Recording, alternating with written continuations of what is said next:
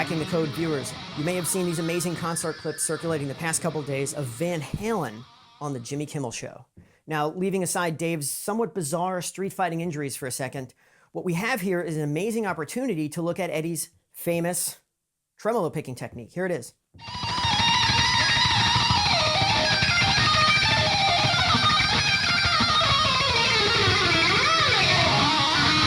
Incredible, right? How beautiful is this? This is the famous sort of the lick heard round the world, right? That tremolo section from Eruption. We included a shot of it in episode 1, season 1 of Cracking the Code.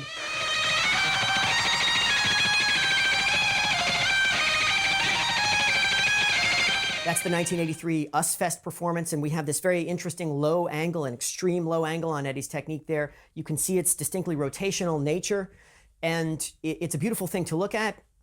We've admired it from multiple camera angles over the years, but what's interesting about this Kimmel performance is now we have fully modern HD cameras from a variety of angles, and this particular shot really captures some of the mechanical beauty of this. Amazing, right? You have the forearm brace on the top of the guitar, and then the entire apparatus sort of hanging in space and rotating around an invisible fulcrum that seems to penetrate right through the hand here at some point in the palm.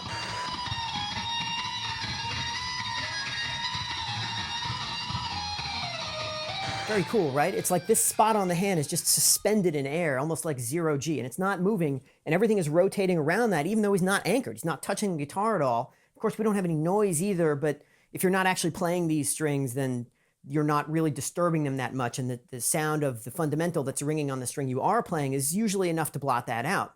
Now, we also have the middle finger pick grip. This is another really interesting thing that Ed does that is, again, so unorthodox, considering that he kind of should be the orthodoxy, right? He's famous enough that whatever it is that he does should kind of be the gold standard. And yet, I think part of this, at the very least, is that in the 80s, we just didn't have a lot of ways to watch this stuff actually happen. We had music videos, of course, but there wasn't the proliferation of online video, obviously, that we have now, creating all these opportunities to analyze technique. And there certainly weren't ways to slow these things down that the average person had access to, where we could actually see these movements happening. So here's Ed doing this very unusual method for holding the pick, sometimes the index finger kind of bracing the edge of it as well, very interesting. And finally, we have very obviously large picking movements, right? Movement size, particularly small movements, is the things that we like to talk about as guitar players. But it's very clear here that one of the most vaunted tremolo pickers of all time is simply not using them.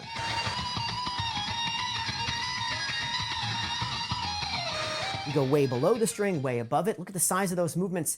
He's almost taken the finish off the guitar. I don't know if he's hitting it, but he certainly could be with this size of movement. And truth be told, that's kind of the whole point of pick slanting. The idea behind the angled pick is that the pick escapes the strings on the upstroke and you don't hit anything, and that allows you to use any movement size that is musically appropriate. That's really the point here. The techniques of advanced and efficient picking don't depend on movement size, and in fact, it's exactly the opposite of that. They enable dynamic range. The whole point is that if you want a small sound, then you use small movements. If you want a big sound, then you use big movements. And within a range of tempos that's quite wide, anywhere from whatever your typical rock song is to whatever your typical fast rock song is at 200 or 210 beats a minute. All of these tempos are achievable with almost any movement size, and it's only really when you get to the super extremes of speed performance that getting smaller is even necessary. And even again, I think the relationship there is probably a lot more sophisticated than we have considered, perhaps.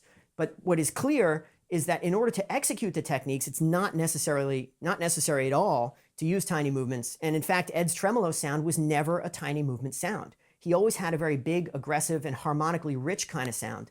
Now, when you're playing a high gain amp, hitting the strings harder doesn't necessarily make things louder, but it definitely changes the tone. And Ed was sort of famous for using thinner picks, and he may still do this, I'm not sure, but hitting the strings really aggressively and really hard, and that's where the brightness comes from. You can hear it when he digs in and gets the harmonics.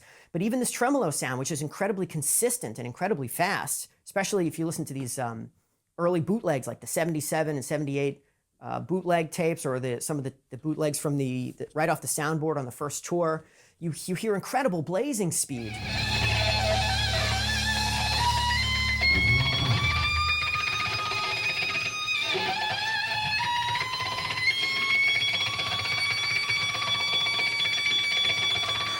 incredibly fast, right? Incredibly consistent, but very harmonically rich. There's a lot of brightness in that pick attack, and when he turns on the phaser, it even accentuates that brightness, and you get this very distinctly Eddie sound.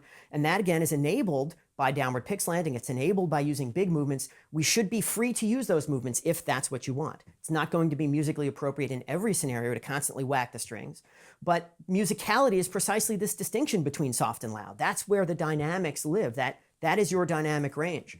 So the big movement is kind of hallmark of this, of the Eddie Tremolo technique, the big movement sound. In fact, all of these components, they work together as this beautiful mechanical system.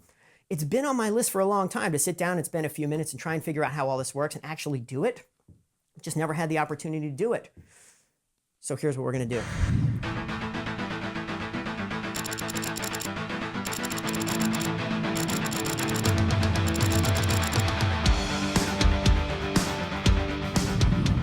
If you can figure this out and make a tutorial video showing the rest of us, including me, how to do it, we will give you a free Masters of Mechanics subscription. We have the other giveaway running, so the response to that has been super. Thanks so much to everybody who entered, and we will have winners for that in just a few days. But we're going to throw this one into the mix as well, mostly because I think it's fun, and this is a thing I've always wanted to learn how to do. I can't always be the guy figuring stuff out. I think we've developed collectively now enough understanding about this stuff to actually be able to solve some really cool problems, and this is definitely one of them. So fire up the camcorders, get cracking, and let us know.